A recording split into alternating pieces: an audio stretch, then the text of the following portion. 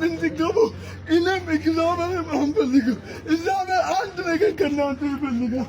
ኢየሱስ አዳኝ እንደሆነ፣ ኢየሱስ ሕይወት እንደሚሰጥ፣ ኢየሱስ የዘላለም ሕይወት እንደሚሰጥ አምናችሁ ብትቀበሉ እግዚአብሔር የዘላለም ሕይወት ይሰጣችኋል። የዘላለም ሕይወት ማለት ከእሱ ጋር ለዘላለም የምትኖሩበት እና አንድ ነገር ልንገራችሁ፣ ሃይማኖት ሊቀድማችሁ አይገባም። ኦርቶዶክስ ነው ሙሉ ይህም ማተር አያደርግም። ከድንግል የተወለደው ኢየሱስ ለእናንተ ሜዳን እንደዛሉ የመምጣት ነገር የመጨረሻው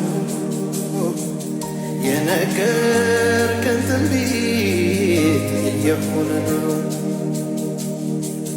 ናፍቆቱ አስባለኝ አሜን ማራናታ ላይናፍቃለው ኢየሱስ